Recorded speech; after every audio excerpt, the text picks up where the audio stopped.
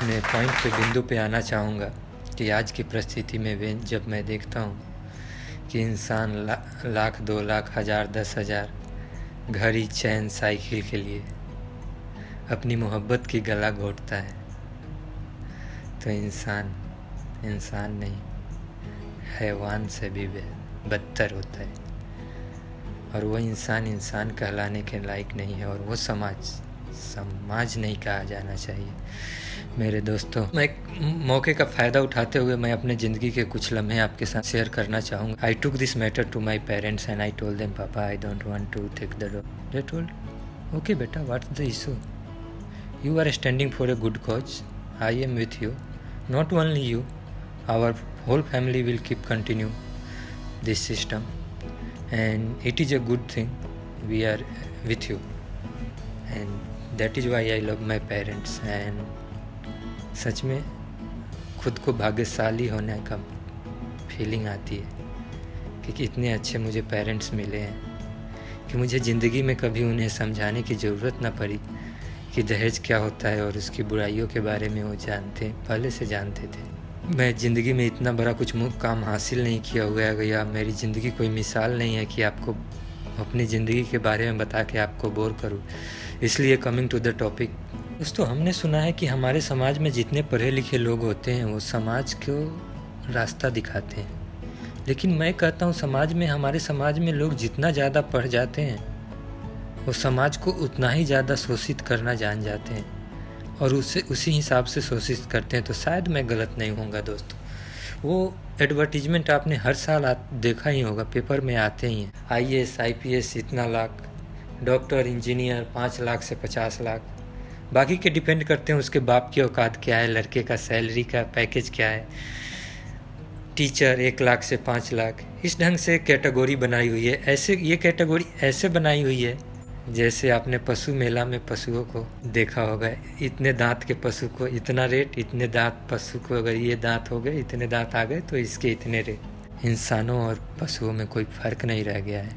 But दोस्तों, एक चीज़ जब मैं देखता हूँ अपने समाज में, मैं ऑब्जर्व करता हूँ कि कोई भी लड़की का जब शादी होके आता है तो सबसे पहला सवाल जो उससे पूछा जाता है, तुम्हारे बाप ने तुम्हें क्या दिया है?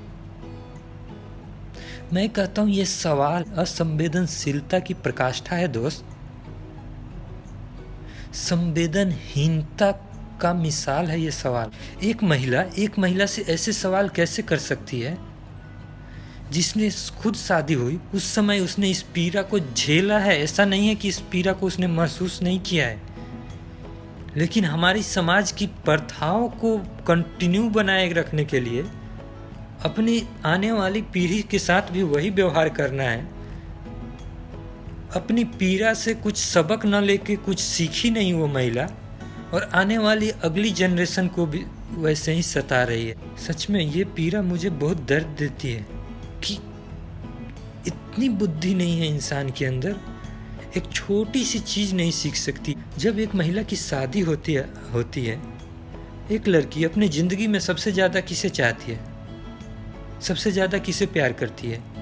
अपने मम्मी पापा को, जिसने उसे बचपन से पाला है, उसे सपने दिखाए हैं, उसे फूल सी नाजुक सी कली की तरह पाल के उसे बड़ा किया है। सबसे ज़्यादा वो किसे प्यार करती है? अपने भाई बहन, अपने मम्मी पापा, अपने परिवार के। हर इंसान को अपने परिवार से लगाव होता है। उस प्यार, उस मोहब्बत, उस हर चीज़ को त्याग के वो लड़की आज तुम्हारे परिवार में आई है, आज तुम्हारे परिवार का हिस्सा हुई है, और आज से वो कसम खा रही है कि तुम्हारे सुख दुख, तुम्हारे हर हिस्से में वो भाग लेगी। आज तुम्हारे परिवार के दुख सुख में भाग ले रही है, लेकिन उसका ये त्याग बिल्कुल नहीं दिखता सासू माँ को। सासू माँ हो क्या है आपको? कौन सी माँ बन गई हो आप? क्या कोई इंसान इससे बड़ा त्याग कर सकता है जिंदगी में?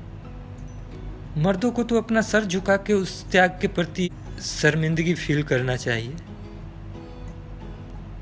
लेकिन उस त्याग की कोई वैल्यू ही नहीं हमारे समाज में दोस्त।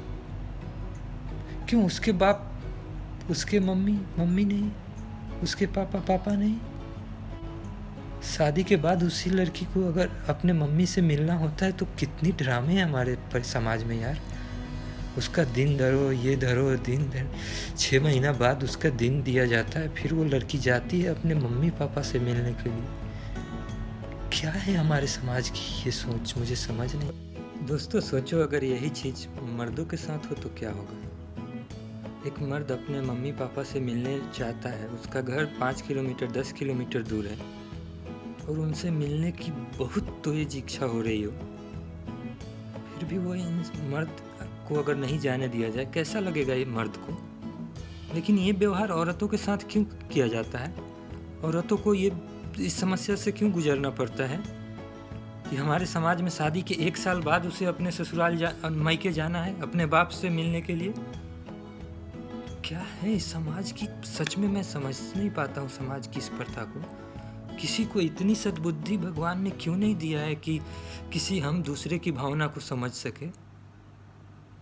मेरे दोस्त, मैं यही बात कहना चाहूँगा कि ऊपर वाले ने वस्तुएं बनाई, पैसा धन दौलत हर चीज़ बनाया, इंसान बनाया, किस चीज़ के लिए? प्यार करने के लिए। धन वस्तुएं धन ये सब चीज़ें, पैसा दौलत किसके लिए बनाया? हमारी ज़रूरतों को पूरा करने के लिए। लेकिन आज के परिवेश में हो क्या रहा है? जो प्यार करने के लिए बना वो ज़रूरत बन गई है, और जो ज़रूरत है वो प्यार कर बैठे हैं हम उससे। रुपए धन पैसों से हम प्यार करने लगे हैं और औरत बस एक ज़रूरत बन के रह गई है। मेरे दोस्त, मैं एक ही चीज़ कहना चाहूँगा मेरे दोस्त, कि रिश्तेदार हम उन्हें कहते हैं जो हमें सुख दुख में साथ दे। रिश्तेदार हम उन्हें नहीं कहते जो मुझे दुख में डाल दे। यार ये कौन से रिश्तेदार, कैसे रिश्तेदार बनाते हैं हम आज की जिंदगी में? क्या ये सच नहीं है? मैक्सिमम बाप के जमीन बिक जाते हैं अपनी बेटी के शादी करने में, उसके घर उखड़ जाते हैं। सोचो उस लड़की के ऊपर क्या बीतती होगी। एक तो उस परिवार से जा रही है, दूसरा उस परिवार का सब कुछ बर्बाद हो जा रहा है। ऐसे रिश्तेदारी काम करेंगे क्या जिंदगी में? ऐसे रिश्ते किस काम के यार? रिश्ते होते हैं हमारे सुख दुख में साथ देने के लिए, कि रिश्ते ऐसे हमको क्यों निभाएंगे जो रिश्ते ही हमें दुख में डाल दे। मैं बिल्कुल सख्त खिलाफ हूँ ऐसे लोगों को। दोस्त, जिंदगी में मत दो कभी भी दहेज। जो इंसान तुम्हारी कदर नहीं करता, जो इंसान तुम्हें दुख में डाल दे, क्या वो ऐसी परिस्थिति अपना घर बेच के बेटे वाले को खुश करना पड़े? वैसे रिश्तेदार बना के भी करोगे क्या जिंदगी में? मैं लड़कियों के बाप से बोलता हूँ, वैसे रिश्तेदार नहीं चाहिए मुझे, सीधा बोल दो। और दूसरी बात दोस्तों, रुपए पैसे इंसान को सफल नहीं बनाते मेरे दोस्त। रुपए मिल गए, पैसे जिंदगी में आते जाते रहते हैं मेरे दोस्त, ये जिंदगी के हिस्से हैं। लेकिन पैसे कभी भी सफलता की निशानी नहीं है मेरे दोस्त। हमेशा एक बेहतर इंसान बनने की कोशिश करो। जिंदगी में आप अपने आप को एक बेहतर इंसान बना सको ना, इससे बड़ी उपलब्धि जिंदगी में कुछ नहीं होती है। सो रोज कोशिश करो कि हम अपने आप को कैसे बेहतर बना सके। हमारी रोज की कोशिश होनी चाहिए कि हम अपने आप को कैसे सुधार सके और गलतियों से सीख सके, समाज की इस गलतियों से ऊपर उभर सके और बाकियों को समझा सके, बाकियों को एक मिसाल दे सके। दोस्त, मेरी दाहिने आंखों में अगर बड़ा इंसान बनने का सपना है ना, तो मेरी बाईं आंखें एक बेहतर इंसान बनने का सपना देखती है मेरे दोस्त। मैं चाहता हूँ हर इंसान के अंदर ये भावना पैदा हो कि धन दौलत के पीछे वो भागे। मैं ये नहीं कह रहा हूँ नहीं भागे, लेकिन खुद को एक बेहतर इंसान बनाए। बस दोस्तों, आपका ज़्यादा समय बर्बाद नहीं करना चाहूँगा मैं। अगर मेरा वीडियो पसंद आए तो ज़रूर मुझे सुझाव दें। धन्यवाद दोस्तों।